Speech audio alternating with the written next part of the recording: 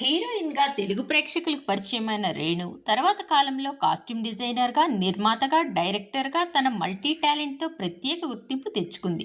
గత కొన్ని సంవత్సరాలు సినిమాలకు దూరంగా ఉన్న రేణు దేశాయ్ మళ్లీ వార్తల్లో నిలిచింది. ఈసారి ఆమె వ్యక్తిగత జీవితంపై తీసుకున్న కఠిన నిర్ణయం బాగా సోషల్ మీడియాలో చర్చనీయాంశమైంది.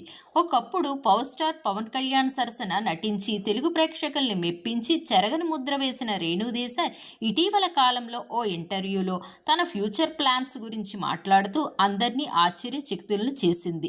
ఇటీవల రేణు దేశాయ్ ఓ ఇంటర్వ్యూలో మాట్లాడినప్పుడు ఆధ్యాత్మిక ప్రయాణం గురించి తొలిసారి చెప్పుకొచ్చింది. నాకు 2000 సంవత్సరంలోనే సద్గురు పరిచయం అయ్యారు. ఆయన బుక్స్ చదవడం, సంగీతం వినడం ద్వారా బాగా ఆసక్తి పెరిగింది. ఇంజనీరింగ్ పర్సన్స్ ఒకరు ఇలా ఆధ్యాత్మిక గురువుగా మారడం నాకు చాలా ఆశ్చర్యం వేసింది.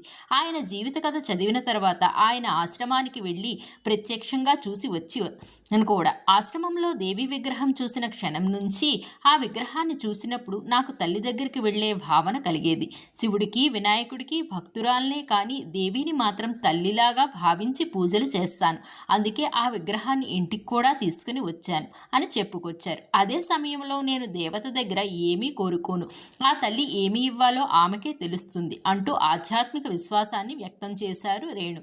ఇంటర్వ్యూలో యాంకర్ మీ ఫ్యూచర్ ప్లాన్స్ ఏంటి మేడం అని అడగ్గా రేణు ఇచ్చిన సమాధానం అందరినీ చాలా ఆశ్చర్యానికి గురిచేసింది. నేను కొద్ది రోజుల తర్వాత సన్యాసినిగా మారబోతాను. ధ్యానం, ఆధ్యాత్మిక వైపు నా జీవితం మలుచుకుంటాను. ప్రస్తుతం నా పిల్లలు ఆద్య, అకీరా చాలా చిన్నవారు. వారు కొద్దిగా పెద్దవాళ్ళు అయిన తర్వాత పూర్తిగా నా ఆధ్యాత్మిక నిర్ణయాన్ని వాళ్ళకి నచ్చజెప్పి మరీ నేను ఈ నిర్ణయం తీసుకుంటాను. ఈ విషయం విన్న సోషల్ మీడియా వ్యక్తులు అందరూ చాలా ఆశ్చర్యానికి గురై చర్చనీయాంశంగా చేస్తున్నారు. అభిమానులు ఇది నిజంగా చాలా కఠిన నిర్ణయం, ఆమె జీవితం నిజంగా అందరికీ ప్రేరణాత్మకం అంటూ కామెంట్స్ కూడా చేస్తున్నారు.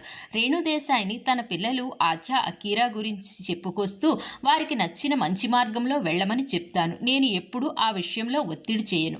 పిల్లల్ని స్వేచ్ఛగా ఎదగనివ్వాలి, అలాగే వారు మంచి విలువలు అలవాటు చేసుకునేటట్లు చేయాలి అంటూ వారి విషయాలు పంచుకున్నారు. అంతేకాకుండా సంగీతంపై వారికి ఆసక్తి బాగా పెరగాలని చెప్పి ఇంటిలోకి పియానో తెచ్చాను. అలా వాళ్ళు సంగీతం వైపు మారేటట్లుగా చేశాను. ఆద్య ఫ్యూచర్ గురించి ప్రశ్నించగా రేణు దేశాయ్ షాకింగ్ సమాధానం ఇచ్చింది. ఆద్య సినిమాల్లోకి రాదు, నాకు కానీ ఆమెకు కానీ సినిమాలపై ఎటువంటి ఆసక్తి లేదు. అంతేకాకుండా తను ప్రజాసేవకురాలుగా ఎదుగుతుంది.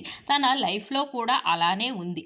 అప్పుడు అది విన్న నెటిజన్స్ అంతా పవన్ కళ్యాణ్ రాజకీయ వారసులు ఆద్యానా అంటూ నెటిజన్స్ తెగ కామెంట్స్ చేస్తున్నారు. టాలీవుడ్ ప్రేక్షకులందరికీ తెలిసిన రేణు దేశాయ్ కొన్నాళ్లు సినిమాలకు దూరంగా ఉన్నప్పటికీ ఆమె సోషల్ మీడియా పోస్టులు మాత్రం అభిమానులు ఎప్పటికప్పుడు ఆకట్టుకునే ఉంటాయి. 2023లో టైగర్ నాగేశ్వరరావు సినిమాతో రీఎంట్రీ ఇచ్చిన రేణు తర్వాత మరో ప్రాజెక్టులో మరి నటించనే లేదు. అయితే ఆమె సామాజిక సేవా కార్యక్రమాల్లో పాల్గొంటూ ఆధ్యాత్మిక మార్గంలో చక్కగా ముందుకు సాగుతున్నారు. ఈ నేపథ్యం రేణు దేశాయ్ నిర్ణయం సోషల్ మీడియాలో బాగా చర్చగా మారి వైరల్గా మారింది.